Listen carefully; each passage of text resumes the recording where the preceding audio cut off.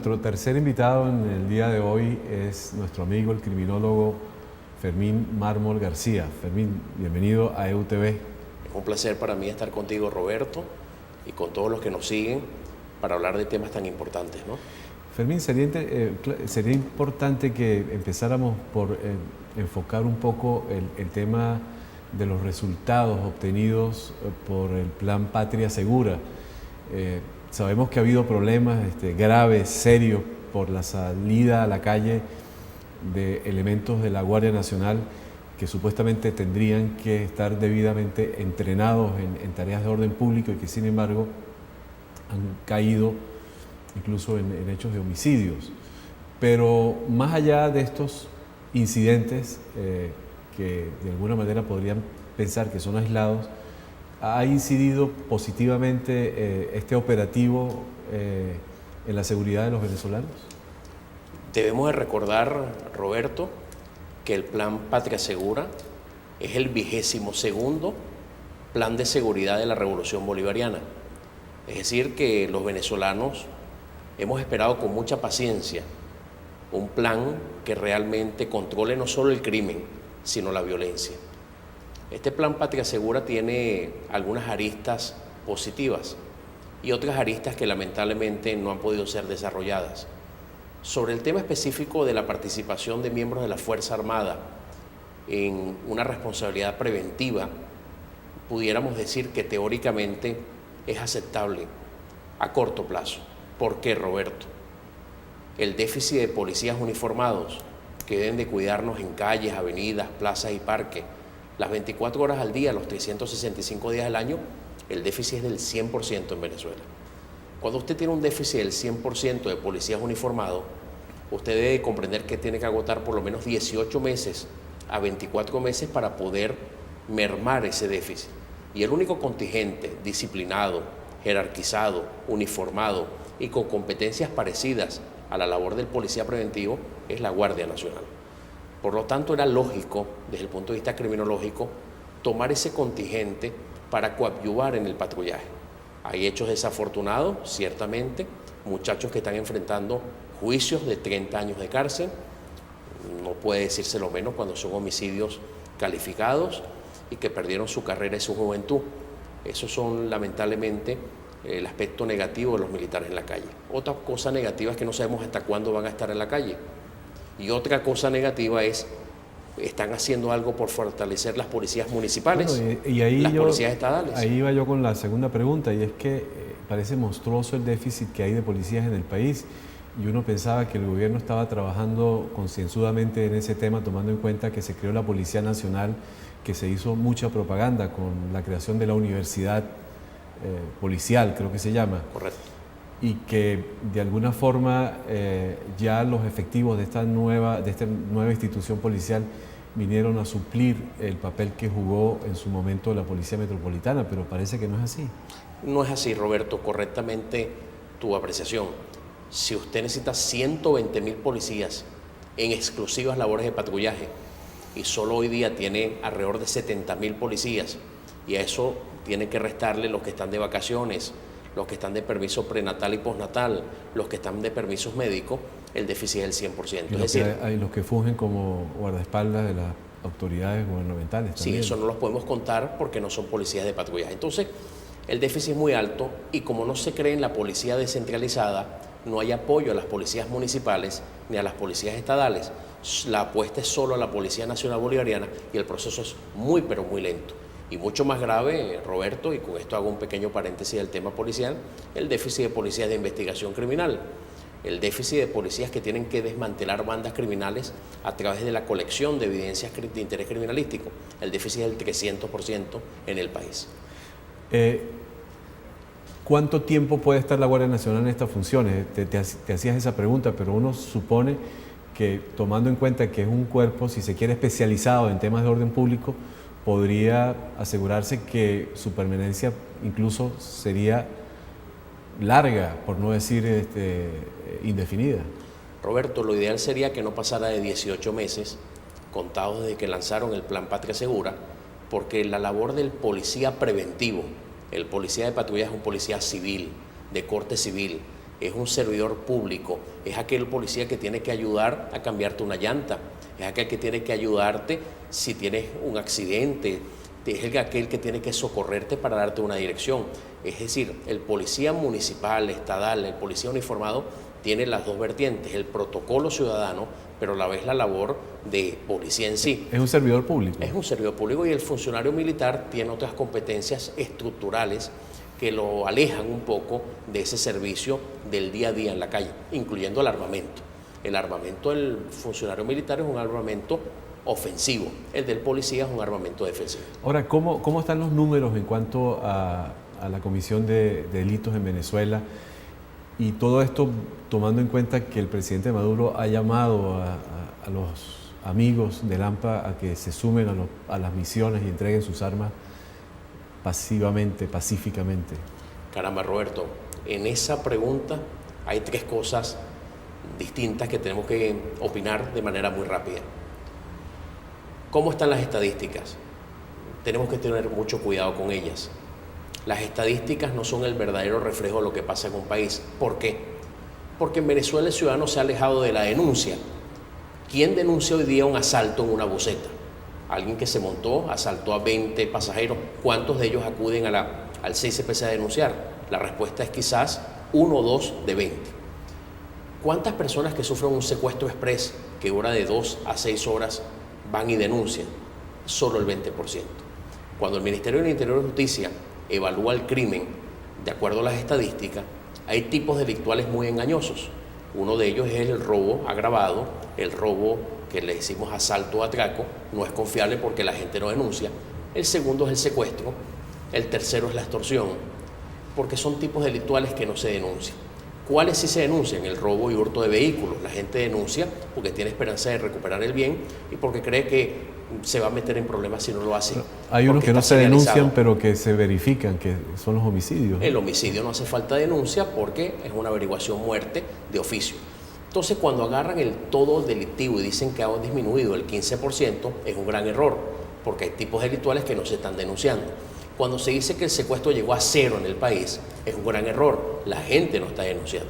Es decir, que ellos deberían de concentrarse con el tema del robo y hurto de vehículos y el homicidio como tipos delictuales confiables estadísticamente.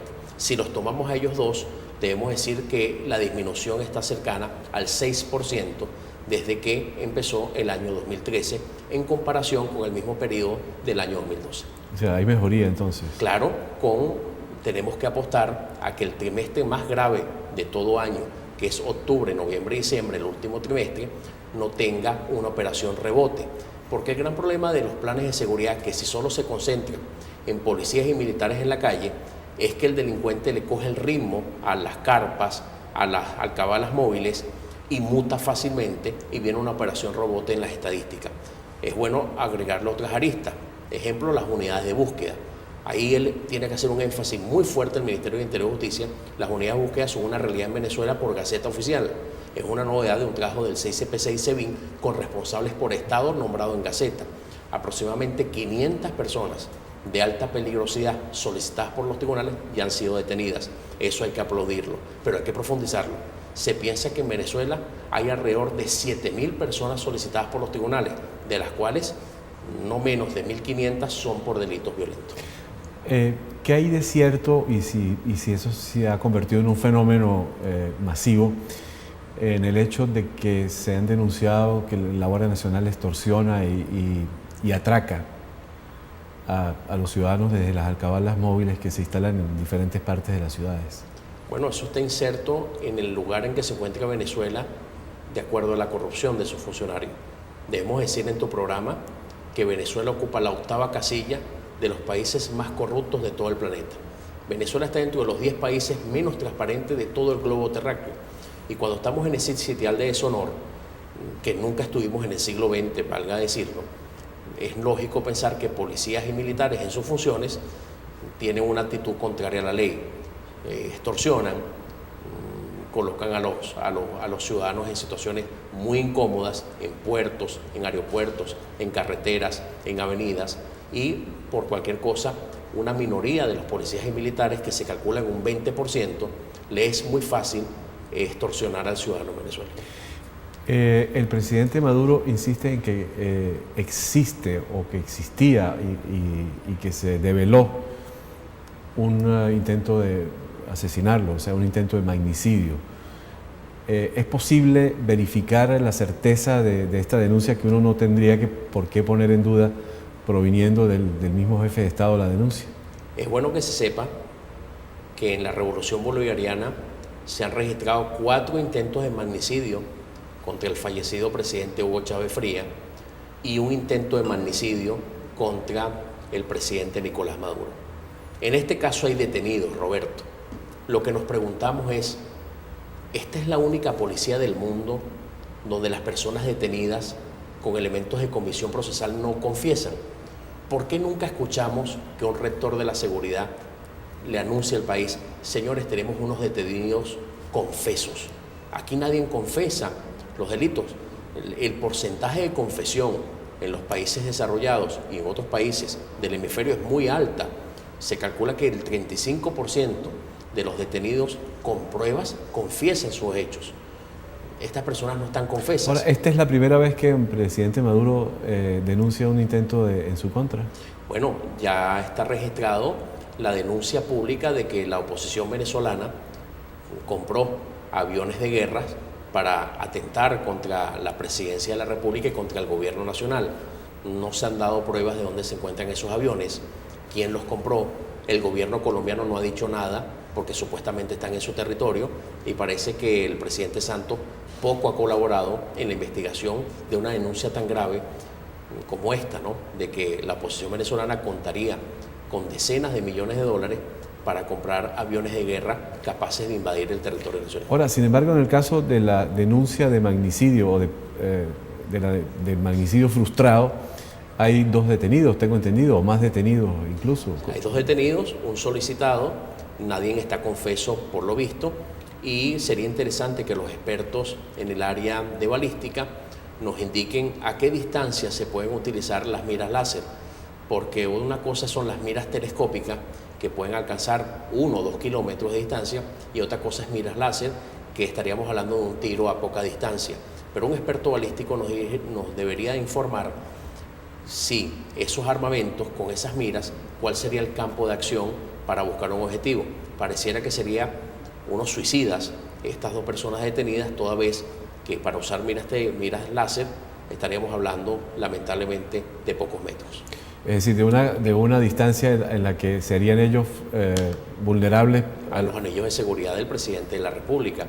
Es decir, que estaríamos en presencia o de unos inexpertos aventureros o de unos suicidas. Ahora, tú me decías que había habido en estos 14 años ¿cuántas denuncias sobre presuntos intentos de magnicidio? 4 con el presidente Chávez y 1 con el presidente Nicolás. O sea, Nicolás 5 presuntos intentos. ¿Cuántos detenidos ha habido y cuántos han llegado a los tribunales?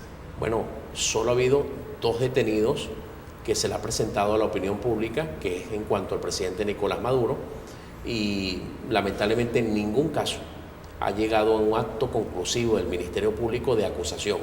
Todos han sido archivados o sobreseídos en el siglo XXI.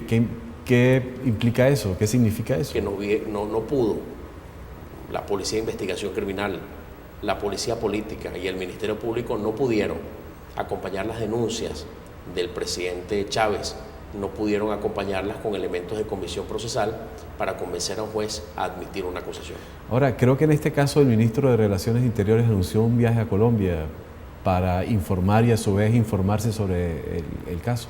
Sí, estimo que nuestro rector de la seguridad, el mayor general Rodríguez Torre, que es conocedor de esta materia, porque duró mucho tiempo al frente de la Policía Política, va a viajar con 2 objetivos: tratar de pesquisar muy bien quiénes están detrás de este intento de magnicidio con el presidente Nicolás Maduro, como también averiguar dónde se encuentran los aviones que son capaces de venir a derrocar el gobierno del presidente Nicolás Maduro. Finalmente, Fermín, si pudieras explicarnos en qué consiste el anuncio sobre una reforma del CICPC y qué implicaciones podría tener eso.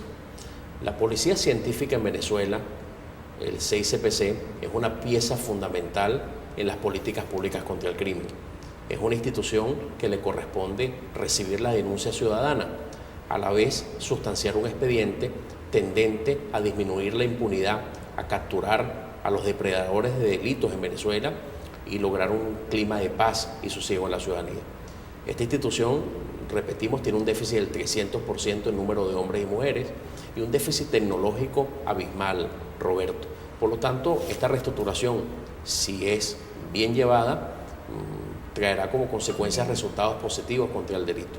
Pero debemos anunciar, Roberto, que es la tercera reestructuración del 6CPC dentro de la revolución.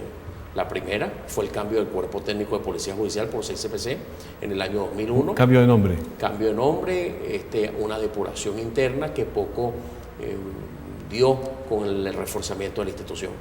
Posteriormente vino una reestructuración con la nueva ley que regula esta institución, en donde se cambiaron las jerarquías policiales, se cambiaron inclusive algunas funciones de la policía científica, se cambiaron y se suprimieron, y tampoco generó mayor expectativa de reivindicación al policía venezolano. Y esta es la tercera reestructuración que está por Gaceta Oficial. Esperamos como venezolanos que el segmento político del país, el gobierno nacional, comprenda que esta es una institución clave para el principal problema del venezolano, que es el crimen y la violencia.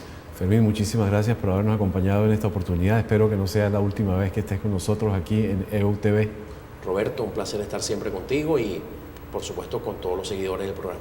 Bien, y a ustedes les agradecemos la atención y los invitamos a seguir con EUTV, que ahora vamos a presentar en pocos minutos una entrevista con Elijah Balián, exgobernador de Venezuela ante la Organización de Países Exportadores de Petróleo y experto en temas del Medio Oriente. Vamos a la pausa y ya regresamos con ustedes.